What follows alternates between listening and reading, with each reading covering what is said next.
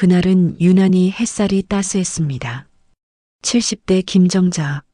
저는 남편을 떠나보낸 지 3년째 서울 변두리 낡은 아파트에서 혼자 살고 있었습니다. 32평 아파트. 남편과 제가 평생을 모아 마련한 유일한 재산이었습니다. 이 집에는 우리 부부의 땀과 눈물이 배어 있었습니다. 자식 셋을 키우느라 허리가 휘고 남편 병수발 들르라 밤을 지새웠던 세월. 그래도 저는 후회하지 않았습니다. 그게 어머니의 도리라고 아내의 본분이라고 믿었으니까요. 남편이 떠난 뒤에도 저는 묵묵히 살았습니다. 매일 아침 산책을 하고 복지관에서 친구들을 만나고 저녁엔 드라마를 보며 하루를 마감했습니다. 하지만 외로웠습니다. 자식들은 하나둘 저를 잊어갔습니다. 큰아들 민수는 강남에서 중견기업 부장으로 일한다며 1년에 한두 번 전화할 뿐이었습니다. 명절에도 바쁘다는 핑계로 오지 않았죠. 딸 은영이는 5년 전 미국으로 이민을 갔습니다. 영상통화조차 뜸했습니다. 막내 준호는 사업 실패 후 어디론가 떠났고 연락이 완전히 끊겼습니다. 저는 가끔 생각했습니다. 내가 이렇게 외롭게 늙어가는 게 맞나? 자식들을 위해 평생을 바쳤는데 왜 이렇게 혼자일까? 하지만 원망하지 않으려 했습니다. 애들도 바쁘겠지. 애들도 살기 힘들겠지. 그렇게 스스로를 달랬습니다. 명절이 다가오면 마음이 더 무거워졌습니다. 혼자 차례상을 차리고 혼자 절을 올리고 혼자 밥을 먹었습니다. 이웃집에서 들려오는 웃음소리가 유난히 크게 들리는 날이었습니다. 그런데 그날 민수가 찾아왔습니다. 초인종이 울렸을 때 저는 믿을 수가 없었습니다. 현관문을 열자 환하게 웃는 민수와 며느리 수진이 서 있었습니다. 손에는 비싼 과일 바구니와 고급 한약까지 들려 있었죠. 엄마, 오랜만이에요. 민수의 목소리는 밝았습니다. 마치 어제도 본 것처럼. 아니, 민수야. 이게 얼마만이냐? 저는 가슴이 벅차올랐습니다. 눈물이 핑 돌았습니다. 아들의 얼굴을 보는 것만으로도 세상을 다 가진 기분이었습니다. 엄마, 그동안 정말 죄송했어요. 회사 일이 너무 바빠서. 승진하느라 정신이 없었어요. 아니야, 괜찮아. 들어와라. 어서. 저는 급히 거실을 정리했습니다. 먼지가 쌓여 있었습니다. 혼자 사니 청소도 대충 했던 것입니다. 어머님 집이 왜 이래요? 청소는 하세요. 수진의 말에 저는 움찔했습니다. 아, 요즘 허리가 좀 안 좋아서. 어머님 건강 챙기셔야죠. 저희가 청소 도우미 보내드릴게요. 아니야, 괜찮아. 저는 손사래를 쳤습니다. 패 끼치고 싶지 않았습니다. 민수는 소파에 앉으며 말했습니다. 엄마, 이번에 제가 승진했어요. 상무로요. 뭐 그래? 우리 아들 대단하다. 저는 진심으로 기뻤습니다. 자식의 성공이 곧 제 기쁨이었으니까요. 그래서 말인데요, 엄마. 이번에 저희가 효도 제대로 하려고요. 무슨 소리야? 이렇게 와준 것만으로도 고마운데. 아니에요. 엄마 평생 고생만 하셨잖아요. 아빠 돌아가시고 얼마나 힘드셨어요. 이제 좀 쉬셔야죠. 민수는 제 손을 잡았습니다. 따뜻했습니다.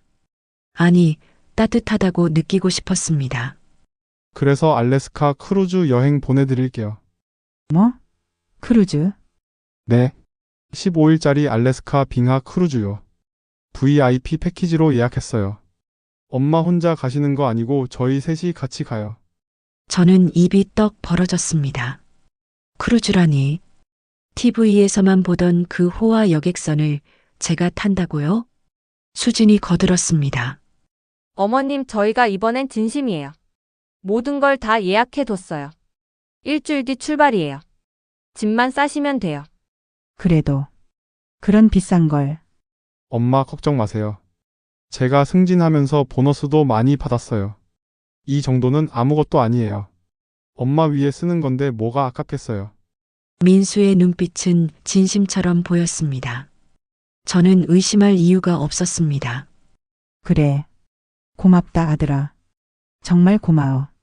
저는 눈물을 닦았습니다. 행복한 눈물이었습니다. 아니, 그렇다고 믿고 싶었습니다. 민수 부부는 2시간가량 머물다 갔습니다. 그동안 저는 온갖 음식을 내왔습니다. 냉장고에 있던 반찬들, 과일들 다 내놨습니다. 아들에게 뭐라도 먹이고 싶었으니까요. 엄마 이제 가봐야 해요. 내일 또 올게요. 그래, 조심해서 가거라. 현관문이 닫히고 저는 거실에 혼자 남았습니다. 텅 빈 거실이 갑자기 더 넓어 보였습니다. 하지만 가슴은 따뜻했습니다. 아들이 왔다 갔으니까요. 저는 그날 밤 설렘에 잠을 이루지 못했습니다. 크루즈 여행이라니 평생 꿈꿔왔던 일이었습니다. 남편과 함께 가고 싶었는데 결국 못 갔었죠. 이제라도 가게 됐다는 게 감사했습니다.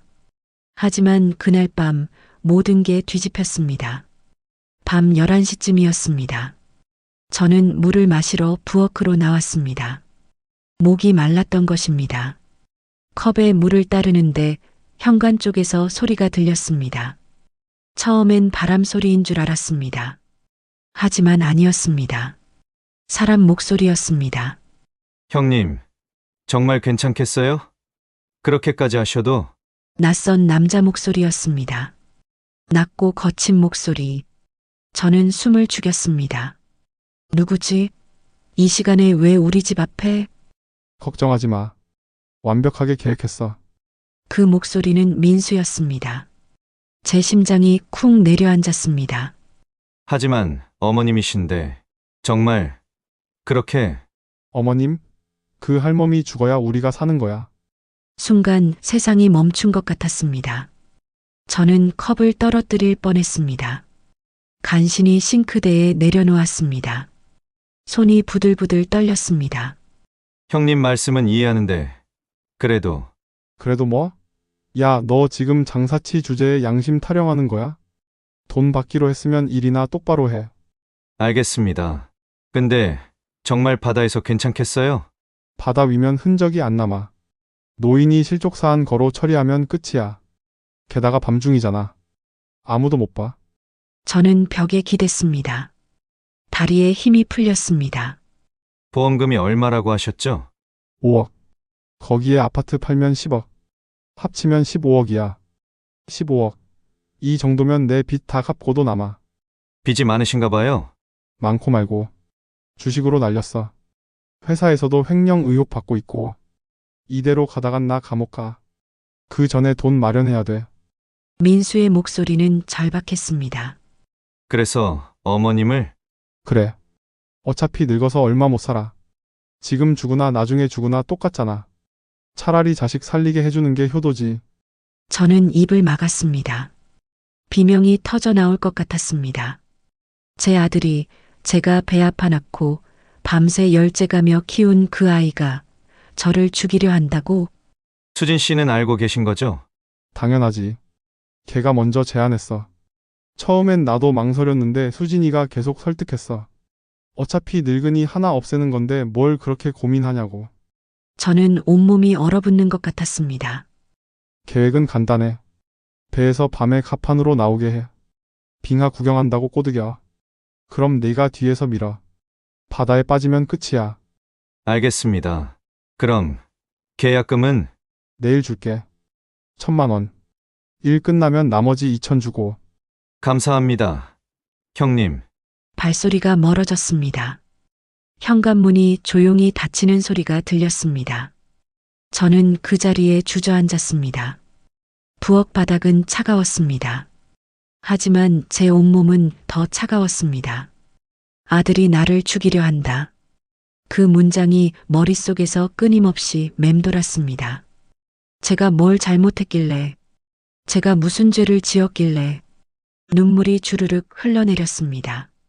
하지만 소리내어 울 수는 없었습니다. 민수가 아직 집 앞에 있을지도 몰랐으니까요. 저는 이를 악물었습니다. 손톱이 손바닥에 파고들었습니다. 아팠습니다.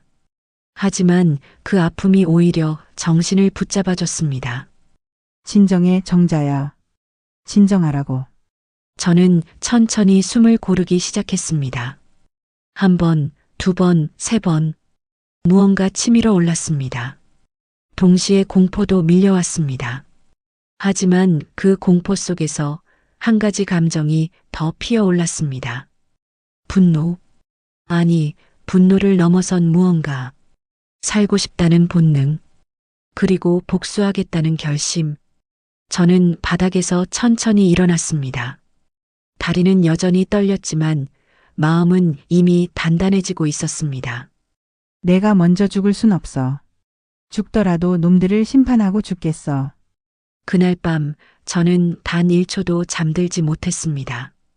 창밖으로 동이 트는 걸 지켜봤습니다.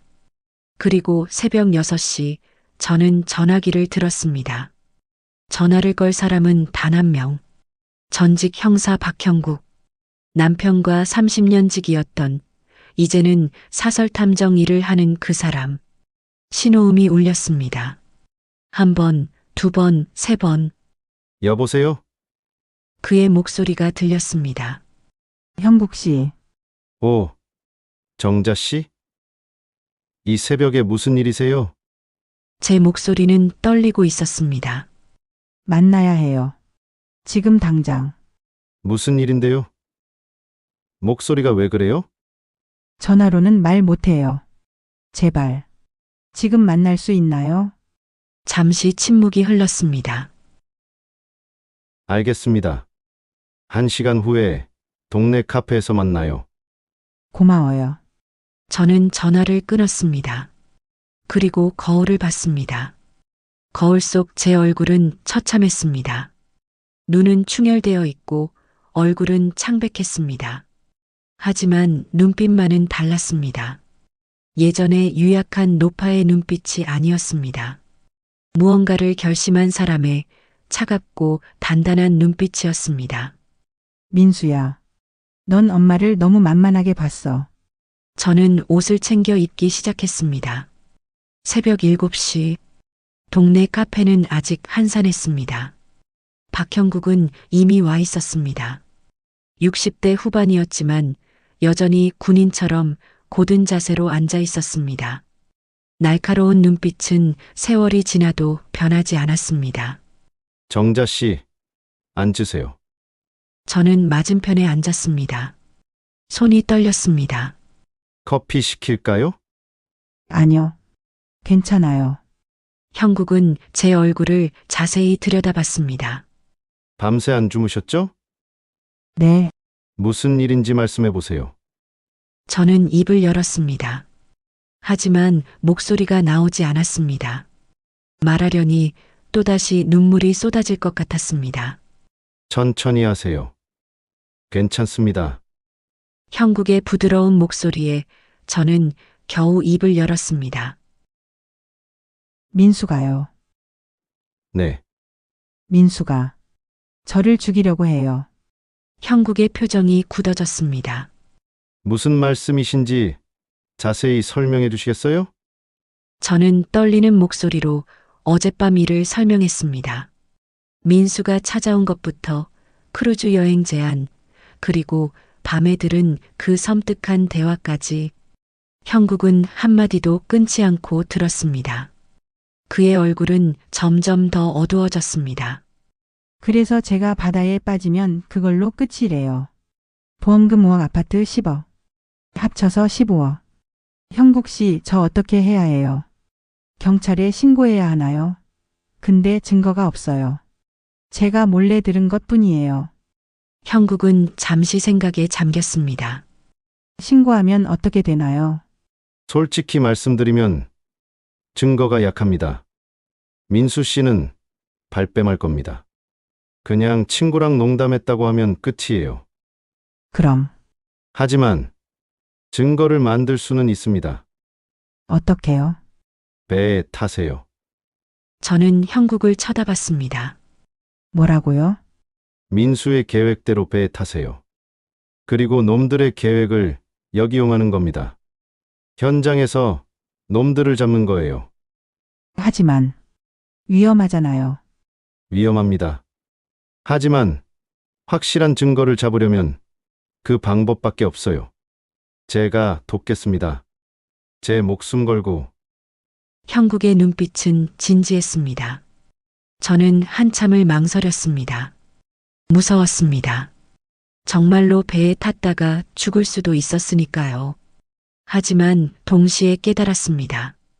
이대로 도망치면 민수는 또 다른 방법을 찾을 것입니다. 언젠가는 저를 죽일 겁니다. 차라리 정면으로 맞서는 게 낫습니다. 알겠어요. 할게요. 확실하십니까? 네. 저 죽기 싫어요. 그리고 놈들을 심판하고 싶어요. 형국은 고개를 끄덕였습니다. 좋습니다.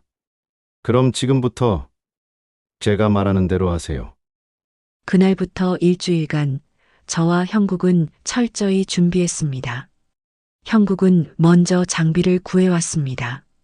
이게 초소형 녹음기입니다. 옷 안쪽에 꿰매 넣으면 24시간 녹음돼요. 배터리는 3일 갑니다. 이렇게 작은데 정말 녹음이 되나요? 최신형입니다. 10m 안에 대화는 다 잡아요. 형국은 2개의 녹음기를 건넸습니다. 하나는 예비용입니다. 혹시 모르니까. 고마워요. 그리고 이건 GPS 추적기예요. 가방 속에 넣어두세요. 제가 실시간으로 위치 추적할 수 있습니다.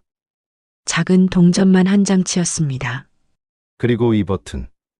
위급한 상황이 오면 이걸 누르세요. 그럼 제게 신호가 갑니다. 알겠어요. 하나 더. 해경에 연락했습니다. 해경이요? 네. 제 후배가 해경 간부거든요. 사정을 설명했어요. 크루즈 항로는 이미 파악했고, 위급 상황이 오면 30분 안에 도착할 수 있게 대기시켜뒀습니다. 저는 형국의 손을 꼭 잡았습니다. 형국 씨. 이렇게까지 해주시다니. 정자 씨, 돌아가신 형님이 저를 얼마나 아껴줬는데요. 이 정도는 당연한 겁니다. 형국의 눈가가 붉어졌습니다. 형님이 돌아가실 때 제게 부탁하셨어요. 정자를 부탁한다고.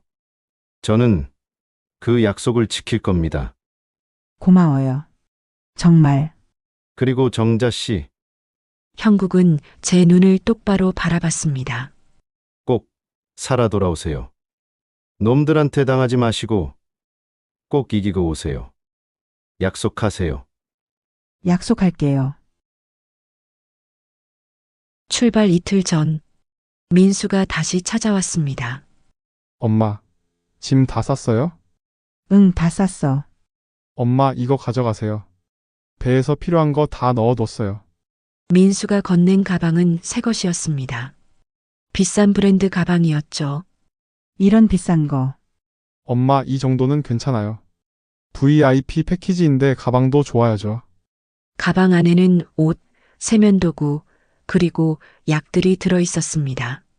엄마, 이 약들 꼭 챙겨 드세요. 배 타면 멀미할 수도 있으니까. 민수는 웃고 있었습니다. 다정한 아들의 얼굴이었습니다. 하지만 저는 알고 있었습니다. 그 미소 뒤에 숨겨진 얼굴을. 그래, 알았어. 고맙다. 엄마, 내일 공항에서 만나요. 10시까지 나오시면 돼요. 그래. 민수가 돌아가고 저는 곧바로 가방을 뒤졌습니다. 옷, 세면도구, 그리고 약병들 하나하나 꺼내 확인했습니다. 멀미약, 소화제, 비타민, 그리고 하나 더. 라벨에는 수면제라고 적혀 있었습니다. 저는 그 약병을 사진으로 찍어 형국에게 보냈습니다. 30분 후 형국에게서 전화가 왔습니다. 정자 씨, 그거 수면제 아닙니다. 뭐라고요? 강력한 진정제예요. 과다 복용하면 호흡 곤란이 옵니다. 심하면 의식을 잃고요. 저는 온몸에 소름이 돋았습니다. 그럼. 네.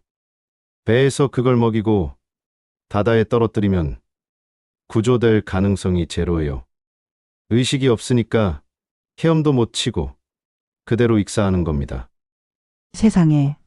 정자 씨, 놈들은 진짜입니다.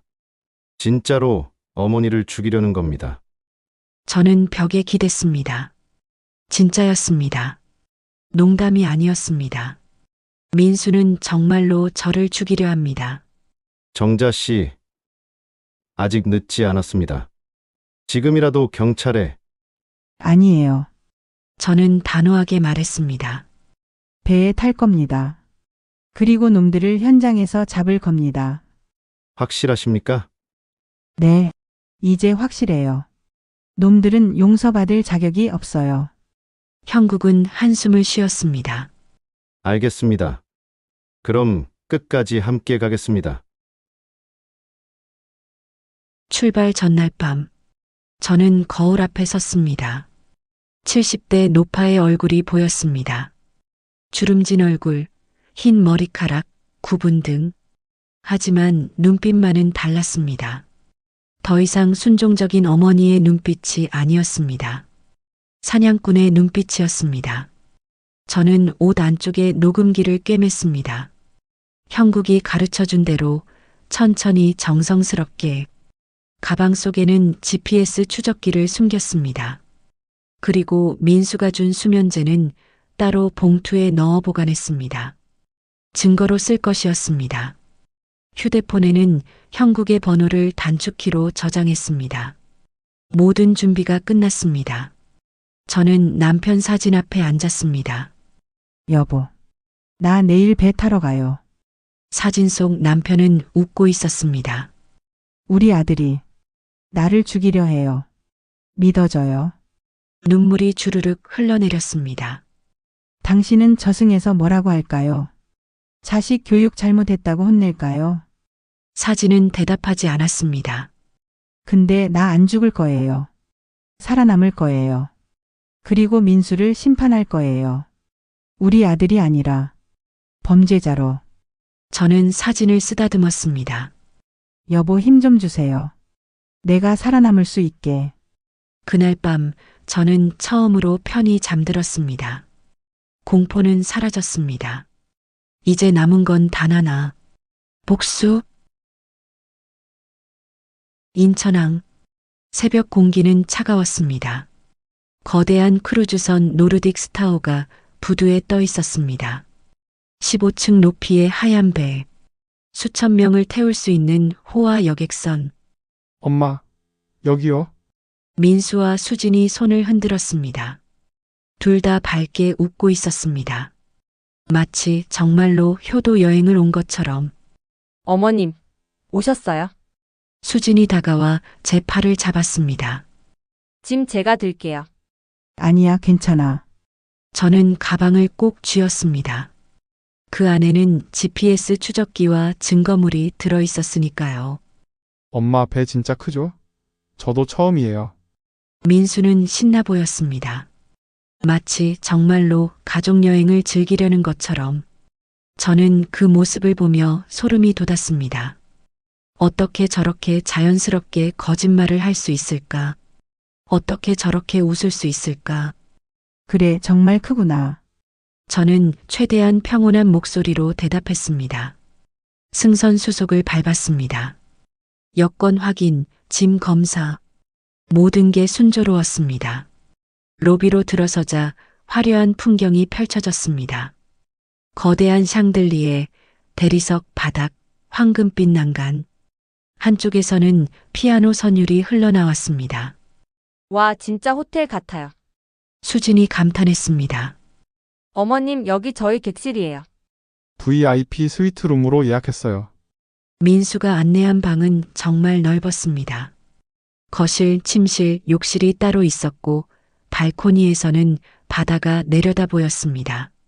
어머님, 여기서 편히 쉬세요. 저희는 옆방에 있을게요. 그래, 알았어. 불편한 거 있으면 언제든 연락하세요. 저희가 24시간 대기하고 있을게요. 민수의 말에는 이중적인 의미가 담겨 있었습니다. 감시하겠다는 뜻이었죠. 고맙다, 아들아. 저는 웃어 보였습니다. 민수 부부가 나가자 저는 곧바로 방을 점검했습니다. 카메라가 있는지, 도청 장치가 있는지, 형국이 가르쳐 준 대로 구석구석 살폈습니다. 다행히 아무것도 없었습니다. 저는 휴대폰을 꺼내 형국에게 문자를 보냈습니다. 승선 완료. 안전함. 작전 개시. 곧 답장이 왔습니다. 확인. GPS 신호 잡힘. 스문의 시간 모니터링 중. 조심하세요. 저는 발코니로 나갔습니다.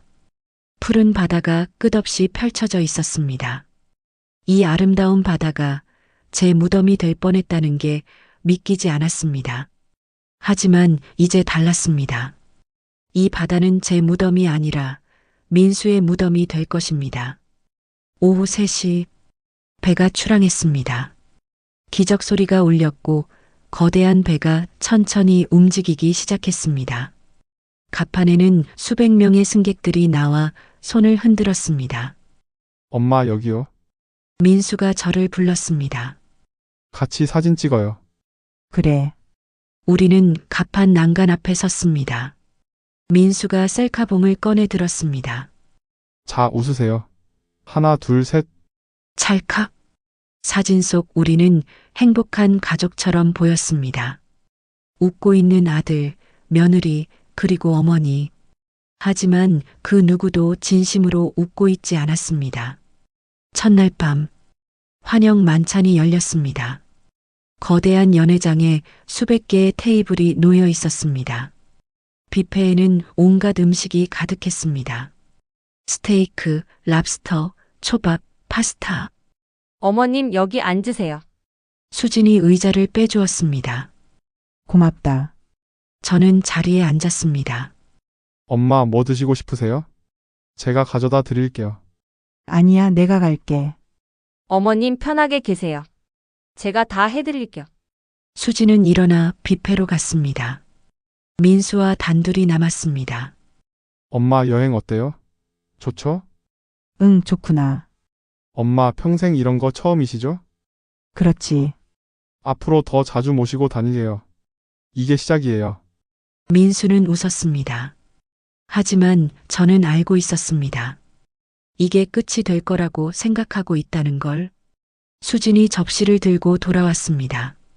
어머님 이거 드세요. 맛있어 보이던데요. 접시에는 스테이크와 샐러드가 담겨 있었습니다. 고맙다. 저는 포크를 들었습니다. 하지만 먹지 않았습니다. 어머님 왜 안 드세요? 아, 갑자기 입맛이 없네. 그러시면 안 되죠. 드셔야 힘이 나시는데. 수진의 목소리에는 조바심이 섞여 있었습니다. 나중에 먹을게. 네, 알겠어요. 수진은 민수를 쳐다봤습니다. 민수도 난처한 표정이었습니다. 저는 알고 있었습니다. 음식에 뭔가 탔을 거라고.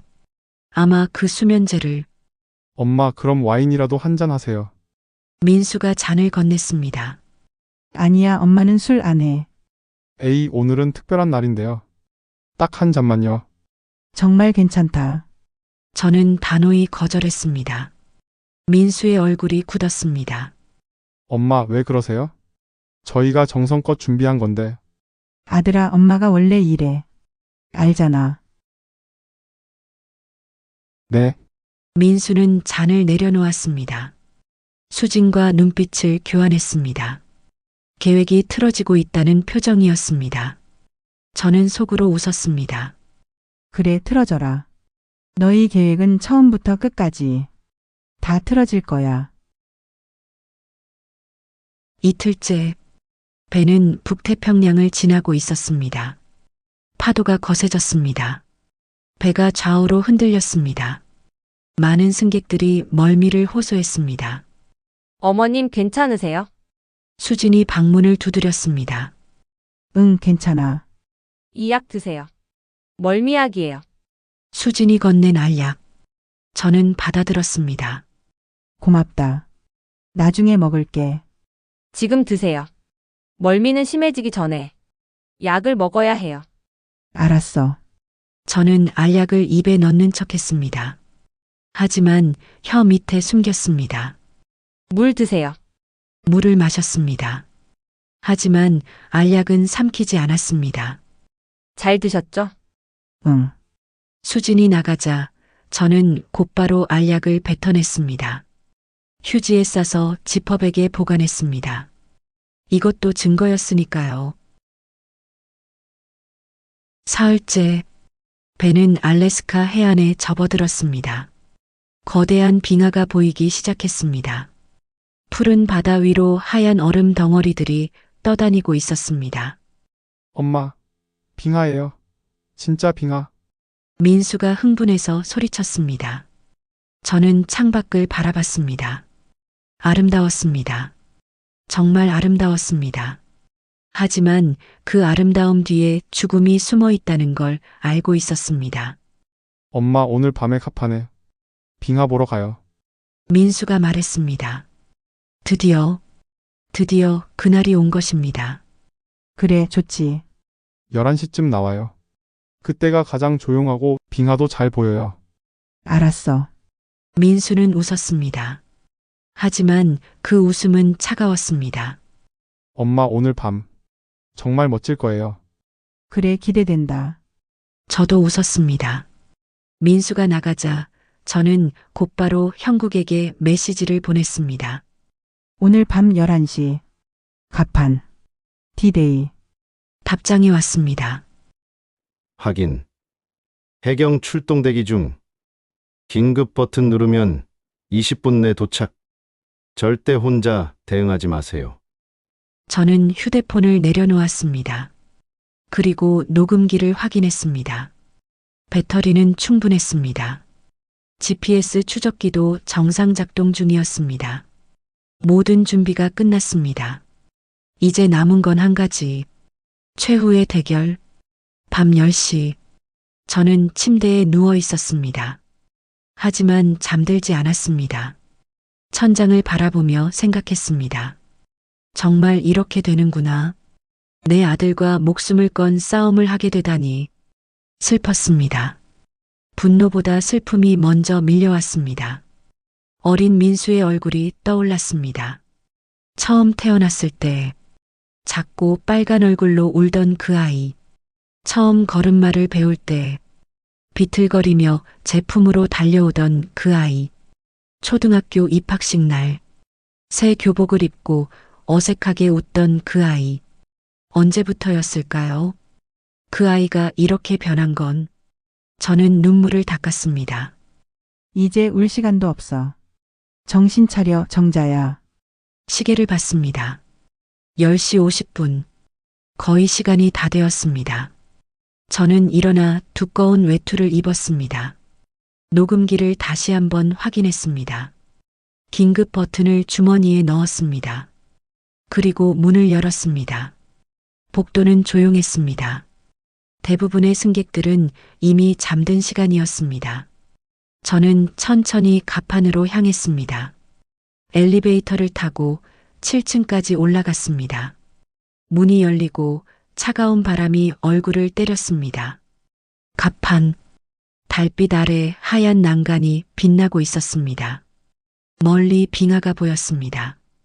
그리고 그 옆에 민수가 서 있었습니다. 혼자였습니다. 수지는 보이지 않았습니다. 엄마, 민수가 돌아봤습니다.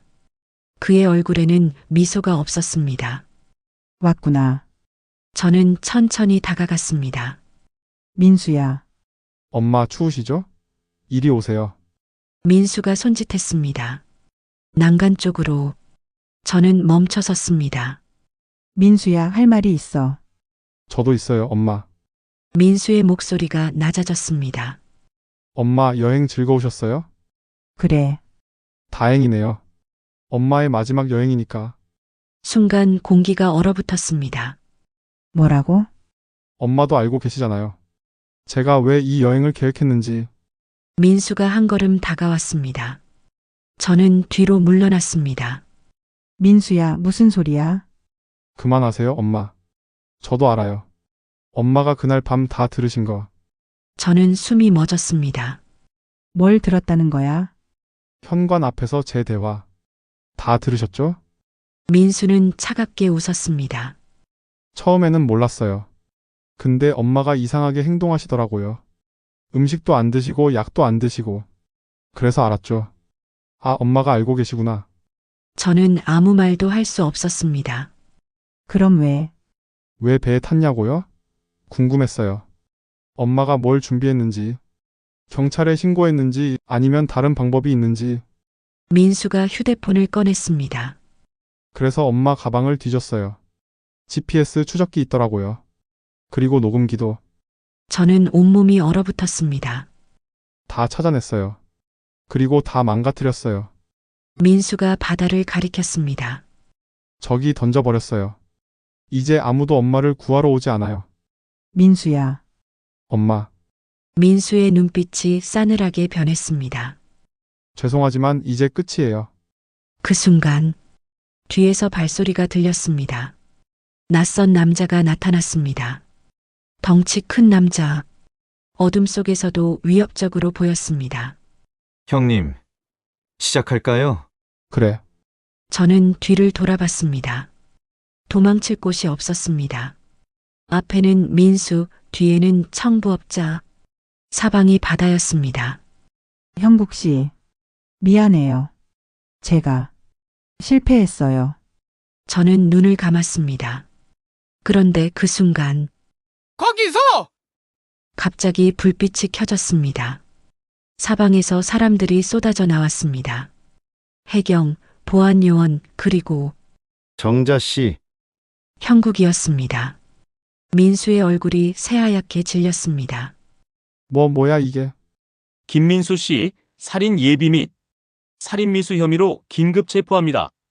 해경 대원들이 민수를 둘러쌌습니다. 이게 무슨 소리야. 나 아무것도 안 했어. 다 녹음됐습니다. 방금 전 대화 전부. 형국이 저를 부축하며 말했습니다. 정자 씨, 괜찮으세요? 네. 근데 어떻게? 민수가 녹음기를 다. 가짜였습니다. 네? 형국이 웃었습니다. 제가 일부러 가짜 녹음기와 추적기를 가방에 넣어뒀어요. 민수가 찾아내도록. 그리고 진짜는 형국이 제 외투 단추를 가리켰습니다. 여기 숨겨뒀습니다. 초소형 카메라 겸 녹음기예요. 방금 전 대화가 다 녹화됐어요. 저는 할 말을 잃었습니다. 그리고 저는 처음부터 배에 타고 있었어요. 승무원으로 변장해서요. 형국 씨. 놈들을 현장에서 잡으려면 완벽한 증거가 필요했습니다. 그래서 이렇게 한 겁니다. 저는 형국의 손을 꼭 잡았습니다. 고마워요. 정말. 천만에요. 약속했잖아요. 꼭 살려드리겠다고. 민수는 여전히 발악하고 있었습니다. 이건 함정이야. 나 아무것도 안 했어. 그냥 농담이었어. 농담, 형국이 냉소했습니다. 엄마의 마지막 여행이라고 하신 게 농담입니까? 이제 끝이라고 한 것도 농담이고, 그건 그리고 이 사람. 형국이 청부업자를 가리켰습니다. 이 사람은 뭡니까? 3천만 원 받고 고용한 살인 청부업자 아닙니까? 청부업자도 손이 묶여 있었습니다. 저는 그냥 돈 받고 일한 것뿐이에요. 우리는 이미 당신의 통장 내역을 다 확보했습니다. 김민수 씨로부터 1천만 원을 받은 기록 다 있습니다. 민수는 무릎을 꿇었습니다. 엄마 제발 살려주세요. 나 잘못했어요. 제발. 저는 민수를 내려다봤습니다. 울고 있는 아들. 하지만 더 이상 제 아들이 아니었습니다. 민수야. 엄마, 넌 나를 죽이려 했어. 돈 때문에. 미안해요, 엄마. 제가 미쳤어요. 빚 때문에 정신이 나갔어요. 제발 한 번만. 한 번? 저는 차갑게 웃었습니다. 넌 나한테 기회를 줬니? 넌 내 목숨을 뺏으려 했잖아. 엄마!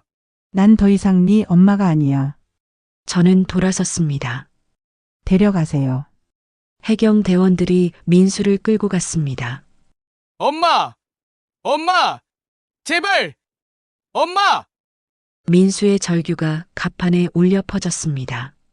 하지만 저는 돌아보지 않았습니다. 1시간 후, 선장실. 저는 따뜻한 차를 마시고 있었습니다. 정자 씨, 정말 고생 많으셨습니다. 선장이 말했습니다. 아니에요. 다 형국 씨 덕분이에요. 형국은 옆에 앉아 서류를 정리하고 있었습니다. 수진 씨도 체포됐습니다. 공범으로요. 그래요. 그리고 이건 증거물 목록입니다.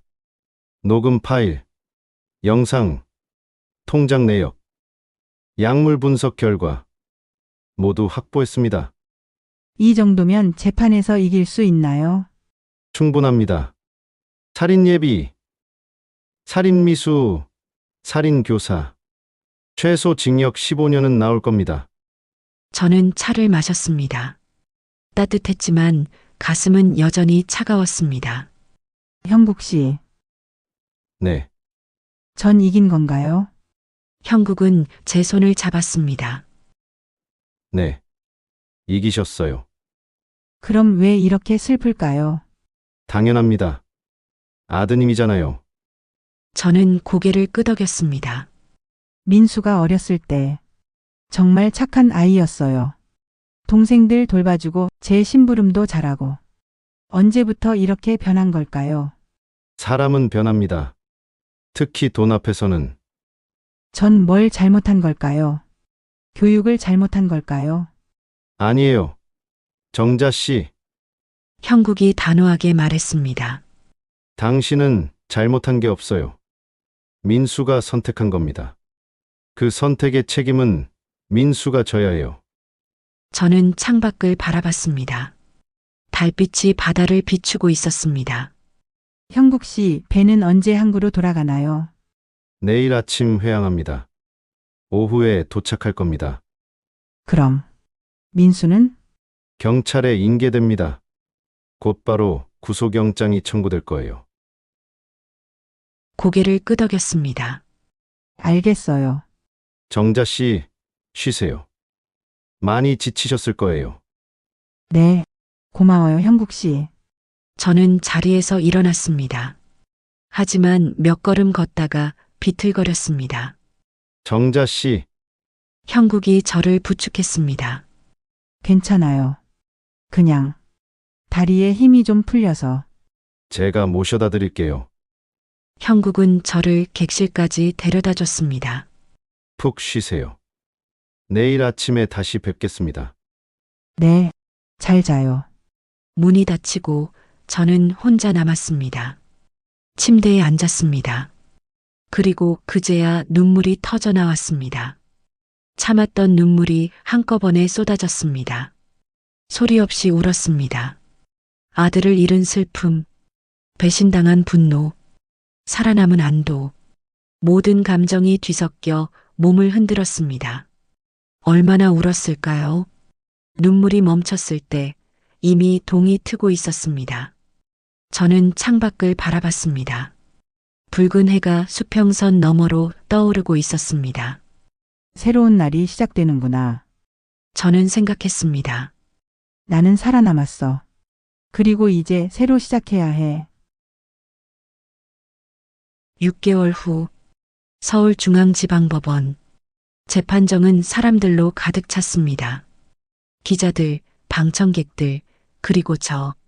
피고인 김민수, 피고인 박수진, 앞으로 나오세요. 판사의 목소리가 울렸습니다. 민수와 수진이 수갑을 찬 채 나왔습니다. 민수는 많이 야위어 있었습니다. 6개월간의 구치소 생활이 그를 늙게 만들었습니다. 수진은 고개를 숙이고 있었습니다. 검사, 공소 사실을 낭독하세요. 네, 판사님. 피고인 김민수는 2025년 4월 실무 김정자 씨를 살해하기로 계획하고 검사의 목소리가 재판정에 울려 퍼졌습니다. 모든 증거가 제시됐습니다. 녹음 파일, 영상, 통장 내역, 약물 분석 결과. 이상의 증거로 볼 때 피고인들은 명백히 살인을 계획하고 실행하려 했습니다. 검사는 피고인 김민수에게 징역 15년, 피고인 박수진에게 징역 12년을 구형합니다. 재판정이 술렁거렸습니다. 피고인 측, 할 말 있습니까? 변호사가 일어섰습니다. 판사님, 피고인은 깊이 반성하고 있습니다. 피해자께 용서를 구하고 싶어 합니다. 판사가 저를 바라봤습니다. 피해자 측, 의견 있습니까? 저는 천천히 일어났습니다. 재판정의 모든 시선이 저에게 쏠렸습니다. 저는 용서할 수 없습니다. 제 목소리는 떨렸지만 분명했습니다. 피고인은 제 아들입니다. 제가 낳고 키운 아이입니다. 하지만 그 아이는 저를 죽이려 했습니다. 돈 때문에. 민수가 고개를 들었습니다. 눈가가 붉어져 있었습니다. 저는 70평생을 자식을 위해 살았습니다. 남편과 함께 모은 돈도 모든 걸 자식들에게 주려고 했습니다. 하지만 저는 눈물을 닦았습니다. 피고인은 그 사랑을 이용했습니다. 저를 속이고 죽이려 했습니다. 이것은 단순한 범죄가 아닙니다. 이것은 인간으로서 자식으로서 해서는 안 될 짓입니다. 재판정이 조용해졌습니다. 판사님, 저는 판사를 똑바로 바라봤습니다. 이 사건이 단순히 한 가족의 비극으로 끝나서는 안 됩니다. 대한민국에는 저처럼 자식에게 버림받고 위협받는 노인들이 너무 많습니다. 계속하세요. 엄격한 처벌을 부탁드립니다. 그래야 다른 사람들이 같은 짓을 하지 않을 겁니다. 부모가 노인이 만만하지 않다는 걸 보여줘야 합니다. 저는 민수를 바라봤습니다. 민수야, 민수가 고개를 들었습니다. 눈물이 흐르고 있었습니다. 난 널 용서하지 않아. 하지만 네가 감옥에서 진심으로 뉘우치길 바란다. 그리고 다시는 이런 짓을 하지 않는 사람이 되길. 엄마, 난 더 이상 네 엄마가 아니야. 하지만 네가 사람답게 살기를 그건 바란다.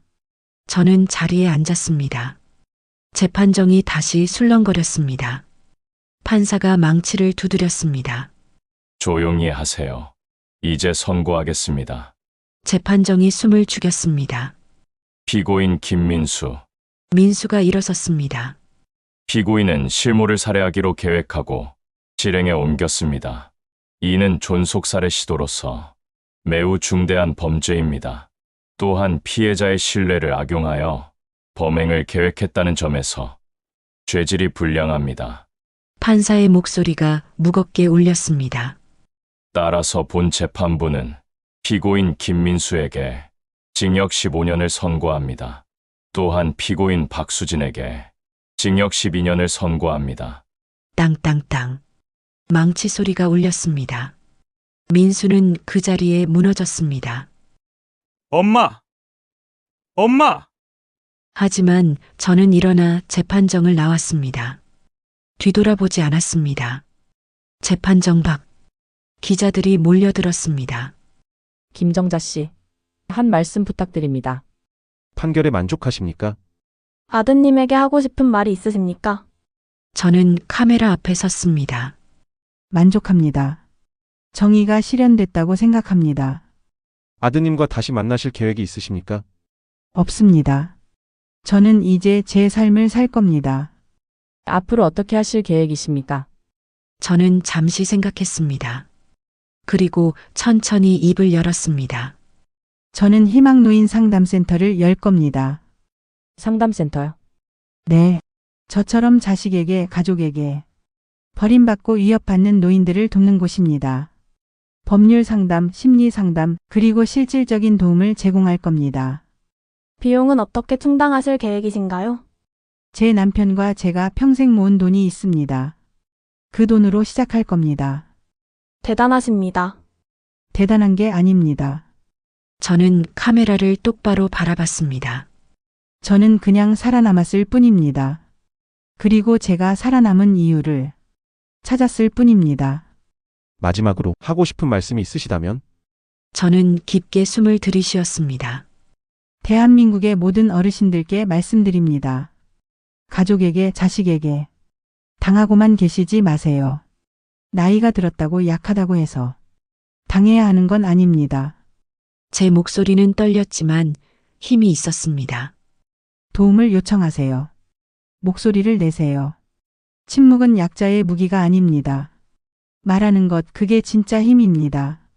그리고 기억하세요. 저는 마지막 말을 남겼습니다. 여러분은 존엄한 사람입니다. 나이가 그것을 바꿀 수는 없습니다. 카메라 플래시가 터졌습니다. 저는 고개를 숙여 인사하고 재판정을 떠났습니다. 1년 후 서울 마포구 작은 빌딩 2층에 희망노인 상담센터라는 간판이 걸려 있었습니다. 사무실 안은 분주했습니다. 전화벨이 끊임없이 울리고 상담사들이 바쁘게 움직였습니다. 선생님, 오늘 상담 예약이 12건이에요. 젊은 사회복지사 은혜가 말했습니다. 그래? 맞네. 요즘 계속 늘고 있어요. 선생님 인터뷰 이후로 문의가 폭주하고 있어요. 저는 미소를 지었습니다. 다들 힘들게 사시는구나. 네. 근데 선생님 덕분에 용기를 내시는 분들이 많아요. 첫 번째 상담자가 들어왔습니다. 70대 할머니였습니다. 눈가가 퉁퉁 부어 있었습니다. 선생님, 제 아들이. 천천히 말씀하세요. 여기선 안전합니다. 저는 그분의 손을 잡았습니다. 따뜻했습니다. 이 온기가 얼마나 중요한지 저는 이제 알았습니다. 제 아들이 통장을 빼앗아 갔어요. 그리고 요양원에 집어넣으려고 해요. 제 집을 팔려고요. 괜찮습니다. 저희가 도와드릴게요. 먼저 법률 상담부터 받으시고 필요하면 경찰에도 신고하겠습니다. 정말 괜찮을까요? 괜찮습니다. 선생님은 혼자가 아니에요. 할머니의 눈에서 눈물이 흘러내렸습니다. 고맙습니다. 정말 고맙습니다. 저는 그분을 꼭 안아드렸습니다. 저녁, 센터 문을 닫고 저는 창밖을 바라봤습니다. 해가 지고 있었습니다. 붉은 노을이 하늘을 물들이고 있었습니다. 선생님 퇴근하세요. 너희들 먼저 가. 난 정리 좀 하고 갈게. 직원들이 떠나고 사무실은 조용해졌습니다. 저는 책상에 앉아 오늘 온 편지들을 읽었습니다. 감사 편지들이었습니다. 선생님 덕분에 용기를 냈습니다. 선생님이 없었다면 저는 죽었을 거예요. 선생님은 제 영웅입니다. 편지를 읽으며 저는 울었습니다. 기쁜 눈물이었습니다. 내가 이런 일을 하게 될 줄은 몰랐어. 저는 생각했습니다. 하지만 이게 내가 살아남은 이유인가 봐. 그때 전화벨이 울렸습니다. 여보세요. 희망노인 상담센터입니다. 선생님, 접니다. 김민수. 순간 숨이 멎었습니다. 민수였습니다. 선생님. 아니, 엄마. 저예요. 무슨 일이야? 제 목소리는 차갑게 나왔습니다. 엄마, 저 정말 죄송해요. 매일 후회하고 있어요. 엄마가 하시는 일, 뉴스에서 봤어요. 엄마가 얼마나 대단한 분인지 이제야 알았어요. 저는 정말 나쁜 놈이었어요. 민수의 목소리는 떨리고 있었습니다. 엄마, 용서해달라는 게 아니에요. 그럴 자격 없다는 거 알아요. 그냥 한 번만 말하고 싶었어요. 엄마를 존경한다고. 그리고 죄송하다고. 저는 한참을 침묵했습니다. 민수야. 네, 엄마. 난 널 용서하지 않아. 아직은. 알아요. 하지만 저는 창밖을 바라봤습니다. 내가 진심으로 뉘우치고 다른 사람이 되려고 노력한다면 언젠가는, 어쩌면, 엄마, 지금은 네 죗값을 치러. 그리고 다시 태어나라. 그때 다시 생각해보마. 감사합니다, 엄마. 정말 감사합니다. 저는 전화를 끊었습니다. 눈물이 흘러내렸습니다. 아직도 아팠습니다. 하지만 예전만큼은 아니었습니다. 시간이 지나면 언젠가는 이 아픔도 아물겠죠. 3년 후 희망노인 상담센터는 이제 전국 15개 지부를 두게 됐습니다. 수천 명의 노인들이 도움을 받았습니다. 법률 지원, 심리 상담, 쉼터 제공. 저는 바빴지만 행복했습니다. 어느 가을날, 저는 남편 산소를 찾았습니다. 여보 나왔어요. 묘비 앞에 앉아 말을 걸었습니다. 우리 아들. 민수 말이에요. 모범수로 선정됐대요. 2년 후면 가석방 된대요. 바람이 불었습니다. 당신은 어떻게 생각해요? 다시 만나야 할까요? 묘비는 대답하지 않았습니다. 아직 모르겠어요. 마음이. 근데 저는 미소 지었습니다. 원망은 많이 줄었어요. 이제 그냥 불쌍하다는 생각이 들어요. 그 아이도 참 힘들었나 봐요. 바람이 다시 불었습니다. 따뜻한 바람이었습니다. 여보 나 이제 괜찮아요. 정말 괜찮아요. 그리고 고마워요. 당신이 형국 씨를 내 곁에 남겨줘서. 저는 일어섰습니다. 자주 올게요. 좋은 소식 많이 가지고. 산을 내려오는데 휴대폰이 울렸습니다. 여보세요?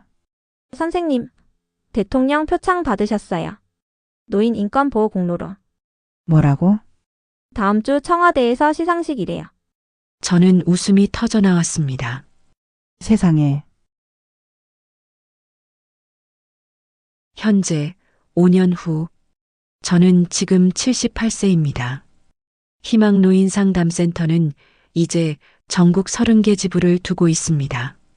정부 지원도 받고 기업 후원도 받습니다. 매년 수만 명의 노인들이 도움을 받습니다. 오늘도 상담 전화가 울립니다. 여보세요. 희망노인 상담센터입니다. 선생님, 도와주세요. 제 딸이. 괜찮습니다. 천천히 말씀하세요. 제가 들어드릴게요. 저는 전화기를 귀에 대고 집중합니다. 이것이 제가 하는 일입니다. 이것이 제가 살아가는 이유입니다. 민수는 작년에 출소했습니다. 면회를 신청해 왔지만 저는 거절했습니다. 아직은 아니었습니다. 하지만 언젠가는 어쩌면 시간이 답을 줄 것입니다. 어느 봄날, 저는 바닷가에 섰습니다. 5년 만에 다시 찾은 바다였습니다. 파도가 밀려왔다 밀려갔습니다. 저는 그 바다를 바라보며 생각했습니다. 이 바다가 나를 삼킬 뻔했지. 하지만 이제는 무섭지 않았습니다. 오히려 평온했습니다. 선생님, 뒤에서 목소리가 들렸습니다. 형국이었습니다. 여기 계셨네요. 형국 씨 왔어요. 혼자 오시면 어떡해요? 괜찮아요. 이제 혼자서도 괜찮아요. 형국이 제 옆에 섰습니다. 이 바다. 5년 전 그 바다죠? 맞아요. 무섭지 않으세요? 아니요. 이제는 저는 바다를 바라봤습니다. 이 바다가 가르쳐 줬어요. 나는 살아남을 수 있다고. 나는 강하다고. 정자 씨는 정말 강하세요. 아니에요. 그냥 포기하지 않았을 뿐이에요. 파도가 발을 적셨습니다. 차가웠지만 상쾌했습니다. 형국 씨, 네, 고마워요. 그때 저를 살려줘서요. 당연한 일 했을 뿐입니다. 아니에요. 형국 씨가 없었으면 전 죽었을 거예요. 형국은 웃었습니다. 정자 씨가 강했기 때문에 살아남으신 거예요. 저는 그냥 곁에 있었을 뿐이고. 저는 형국의 손을 잡았습니다. 같이 가요. 앞으로도. 네, 함께 가겠습니다. 우리는 바닷가를 걸었습니다. 석양이 바다를 붉게 물들이고 있었습니다. 저는 생각했습니다. 나는 살아남았어. 그리고 더 강해졌어. 이제 나는 두렵지 않아. 바람이 불었습니다. 따뜻한 봄바람이었습니다. 이 이야기를 듣고 계신 여러분, 혹시 지금 가족에게, 가까운 사람에게 상처받고 계신가요? 혹시 나이 들었다는 이유로, 약하다는 이유로 무시당하고 계신가요? 제가 드리고 싶은 말씀은 이겁니다. 당신은 혼자가 아닙니다. 당신은 존엄한 사람입니다. 당신은 포기할 필요가 없습니다. 도움을 요청하세요. 목소리를 내세요. 살아남으세요. 그리고 기억하세요. 늙었다고 해서, 부모라고 해서, 약하다고 해서, 함부로 대해도 되는 사람은 이 세상에 단 한 명도 없다는 것을. 저는 김정자입니다. 저는 70대의 아들에게 죽을 뻔했습니다. 하지만 저는 살아남았습니다. 그리고 지금 더 강하게 살고 있습니다. 여러분도 할 수 있습니다. 포기하지 마세요. 당신의 인생은 아직 끝나지 않았습니다. 그날 밤 바다에 빠질 뻔한 건 나였지만 결국 바다가 삼킨 건 그들의 탐욕이었습니다. 그리고 나는 살아남아 더 많은 사람들을 구하고 있습니다.